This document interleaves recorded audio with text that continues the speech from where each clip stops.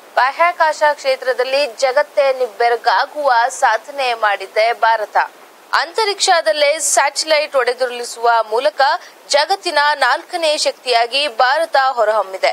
ದೇಶವನ್ನುದ್ದೇಶಿಸಿ ಮಾತನಾಡಿದ ಪ್ರಧಾನಿ ನರೇಂದ್ರ ಮೋದಿ ಈ ಖುಷಿ ಸುದ್ದಿ ಪ್ರಕಟಿಸಿದ್ದಾರೆ. ಭಾರತ ಈಗ ಉಪಗ್ರಹ ಪ್ರತಿಬಂಧಕ ಕ್ಷಿಪಣಿ ಅಭಿವೃದ್ಧಿ ಪಡೆದು ಕೇವಲ 3 ನಿಮಿಷದಲ್ಲಿ ಈ ಯಶಸ್ವಿ ಪ್ರಯೋಗ ನಡೆಸಿದೆ ಎಂದು ಮೋದಿ ಹೇಳಿದ್ದಾರೆ. ಮಿಷನ್ ಶಕ್ತಿ ಹೆಸರಿನಲ್ಲಿ ಈ ಪ್ರಯೋಗ ನಡೆಸಲಾಗಿದೆ. ಆದರೆ ಈ ಸಾಮರ್ಥ್ಯವನ್ನು ಯಾವ ದೇಶದ ವಿರುದ್ಧವೂ ಬಳಸುವುದಿಲ್ಲ ಎಂದು ವಿಶ್ವ ಸಮುದಾಯಕ್ಕೆ ಭಾರತ ಭರವಸೆ ನೀಡಿದೆ. ಇದಕ್ಕಾಗಿ ಶ್ರಮಿಸಿದ DRDO ಸಹಿತ ಎಲ್ಲ ವಿಜ್ಞಾನಿಗಳಿಗೂ ಮೋದಿ ಅಭಿನಂದಿಸಿದ್ದಾರೆ.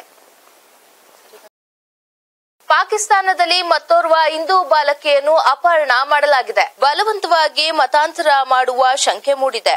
ಇತ್ತೀಚೆಗಷ್ಟೇ ಪಾಕಿಸ್ತಾನದ ಸಿಂಧ್ ಪ್ರಾಂತ್ಯದಲ್ಲಿ 2 ಹಿಂದೂ ಬಾಲಕಿಯರ ಅಪಹರಣ ಮಾಡಿ ಬಲವಂತವಾಗಿ ಮತಾಂತರಗೊಳಿಸಿ ಮದುವೆ ಮಾಡಿಸಲಾಗಿತ್ತು. ಈ ಘಟನೆ ಅಂತಾರಾಷ್ಟ್ರೀಯ ಮಟ್ಟದಲ್ಲಿ ಸುದ್ದಿಯಾಗಿತ್ತು. ಇದರ ಬೆನ್ನಲ್ಲೇ ಈಗ ಸಿಂಧ್ ಪ್ರಾಂತ್ಯದಲ್ಲಿ ಅಂತಹುದೊಂದೇ ಮತ್ತೊಂದು ಘಟನೆ ಬೆಳಕಿಗೆ ಬಂದಿದೆ.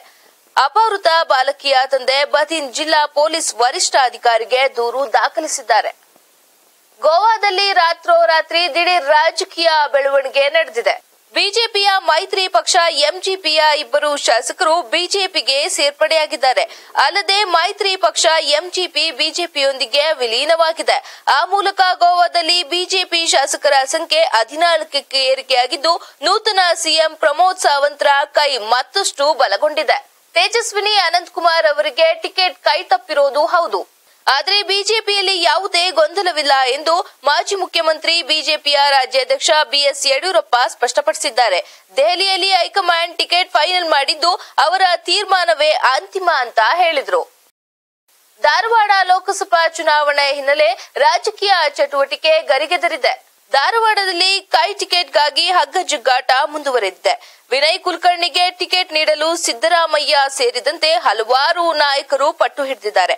ಹೈಕಮಾಂಡ್ ಮೇಲೆಯೂ ಒತ್ತಡ ಹೇರ್ತಿದ್ದಾರೆ. ನನಗೆ ಅಥವಾ ತಮ್ಮ ತಂದೆಗೆ ಟಿಕೆಟ್ ನೀಡುವಂತೆ ಕಾಂಗ್ರೆಸ್ ಮುಖಂಡ ಶಕೀರ್ ಸನದಿ ಪಟ್ಟು ಹಿಡಿದಿದ್ದಾರೆ. ಬಾಗಲಕೋಟೆಯಲ್ಲಿ ಲೋಕಸಭಾ ಚುನಾವಣಾ ಪ್ರಚಾರ ಬಿರುಸುಗೊಂಡಿದೆ. ಬಿಜೆಪಿ ಅಭ್ಯರ್ಥಿ ಪಿಸಿ ಗದಿಗೌಡ ಬಿರುಸಿನ ಪ್ರಚಾರ ನಡೆಸುತ್ತಿದ್ದಾರೆ. 3 ಬಾರಿ ಬಿಜೆಪಿಯಿಂದ ಹ್ಯಾಟ್ರಿಕ್ ಗೆಲುವು ಸಾಧಿಸಿದ ಪಿಸಿ ಗದಿಗೌಡರು ಬಾಗಲಕೋಟೆ ಜಿಲ್ಲೆಯ ಬಿರುಸಿನ ಪ್ರಚಾರ ನಡೆಸುತ್ತಿದ್ದಾರೆ. ಬಾಗಲಕೋಟೆ ಶಾಸಕ ಚರತಿಮಠ, ಮುಧೋಳ ಶಾಸಕ ಗೋವಿಂದ ಕಾರಜೋಳ, ತೆರದಾಳ ಶಾಸಕ ಸಿದ್ದು ಸವದಿ, ಬಿಳಗಿ ಶಾಸಕ ಮುರುಗೇಶ್ ನಿರಾಣಿ, ಹುನಗುಂದ ಶಾಸಕ ದೊಡ್ಡನಗೌಡ ಪಾಟೀಲ್ ಸೇರಿದಂತೆ ಬಿಜೆಪಿ ಮುಖಂಡರು, ಕಾರ್ಯಕರ್ತರು ಸಾಥ್ ನೀಡಿದ್ರು.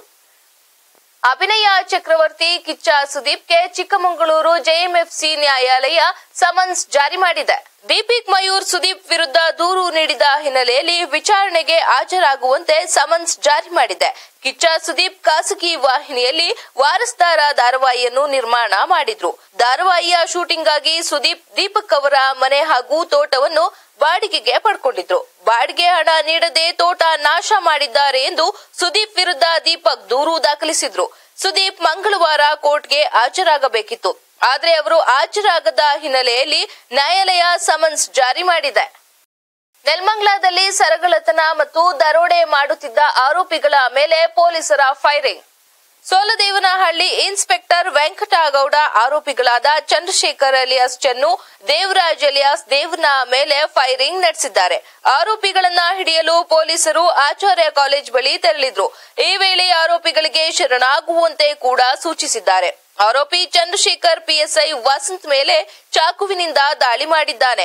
ಈ ವೇಳೆ ಇನ್ಸ್ಪೆಕ್ಟರ್ ವೆಂಕಟಗೌಡ ಮೊದಲು 1 ಸುತ್ತು ಗಾಳಿಯಲ್ಲಿ ಗುಂಡು ಹಾರಿಸಿ ಕಳ್ಳರನ್ನ ಎಚ್ಚರಿಸಲು ಪ್ರಯತ್ನಿಸಿದ್ದಾರೆ. ನಂತರ ಆತ್ಮರಕ್ಷಣೆಗಾಗಿ ಪೊಲೀಸರು ಆರೋಪಿಗಳ ಕಾಲಿಗೆ ಗುಂಡು ಹಾರಿಸಿ ಬಂಧಿಸಿದ್ದಾರೆ. ಆರೋಪಿಗಳನ್ನ ಹೆಚ್ಚಿನ ಚಿಕಿತ್ಸೆಗಾಗಿ ಸಪ್ತಗಿರಿ ಆಸ್ಪತ್ರೆಗೆ ದಾಖಲಿಸಲಾಗಿದೆ.